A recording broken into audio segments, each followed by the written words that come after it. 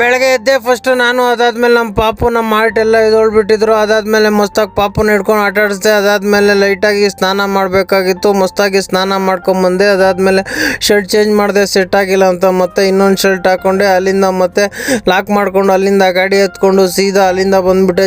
ಅಂತ ಬಂದಿದ್ದೆ ಎಲ್ಲಿಗೆ ಅಂತಂದರೆ ಹೋಟ್ಲಿಗೆ. ಹೊಟ್ಟೆ ಹಸಿತಾಯಿತ್ತು, ದೋಸೆ ತಿನ್ನಬೇಕು ಅಂತ. ಅಲ್ಲಿ ಹೋಟ್ಲಲ್ಲಿ ಮಸ್ತಾಗಿ ದೋಸೆ ತಿಂದ್ವಿ. ದೋಸೆ ತಿಂದಮೇಲೆ ಅಲ್ಲಿಂದ ಅಂತ ಬಂದ್ವಿ. ಅಲ್ಲಿಂದ ಮನೆ ಹತ್ರ ಬಂದ್ಬಿಟ್ಟು ಪಾಪುನೆಲ್ಲ ಇಕ್ಕಿ ಮಸ್ತಾಗಿ ಆಟ ಆಡ್ತಾಯಿತ್ತು. ಅದಾದಮೇಲೆ ಮತ್ತೆ ನಾನು ಪಾರ್ಸಲ್ ತಂದಿದ್ದೆ, ಪಾರ್ಸಲ್ ಎಲ್ಲ ಕೊಟ್ಬಿಟ್ಟು ಮತ್ತೆ ಅಲ್ಲಿಂದ ರೆಡಿ ಆಗೋದೆ. ಆಮೇಲೆ ಅಲ್ಲಿಂದ ಫಸ್ಟ್ ಡ್ಯೂಟಿ ಬಿತ್ತು ಬೊಮ್ಮಸಂದ್ರ ಡ್ರಾಪ್ ಮಾಡಿ ಫುಲ್ ಟ್ಯಾಂಕ್ ಗ್ಯಾಸ್ ಹಾಕ್ಸ್ಕೊಂಡೆ. ಮತ್ತೆ ಬೊಮ್ಮಸಂದ್ರಿಂದ ಆನಂದನಗರ ಡ್ರಾಪ್ ಮಾಡಿದೆ.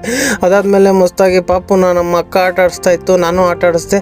ಅದಾದಮೇಲೆ ಮತ್ತೆ ಹೊಟ್ಟೆ ಹಸಿತೆ ಅಂತ ಊಟ ಮಾಡಿದೆ. ಅದಾದಮೇಲೆ ಮಸ್ತಾಗಿ ಅಂಗಡಿಗೆ ಹೋಗ್ಬೇಕಾಗಿತ್ತು. ನಮ್ಮ ಅಕ್ಕನ ಕರ್ಕೊಂಡು ಅಲ್ಲಿಂದ ಕರ್ಕೊಂಡೋಗಿ ನಮ್ಮ ಅಕ್ಕಗೆ ಅಂಗಡಿಗೆ ಕರ್ಕೊಂಡೋದೆ. ಏನೋ ಐಟಮ್ ತೊಗೋಬೇಕಾಗಿತ್ತು, ಪೂಜೆ ಐಟಮ್ ಎಲ್ಲ ತೊಗೊಂಬಂದು ಅಲ್ಲಿಂದ ಸೀದಾ ಬಂದ್ವಿ ಮನೆ ಹತ್ರ ಬಂದು.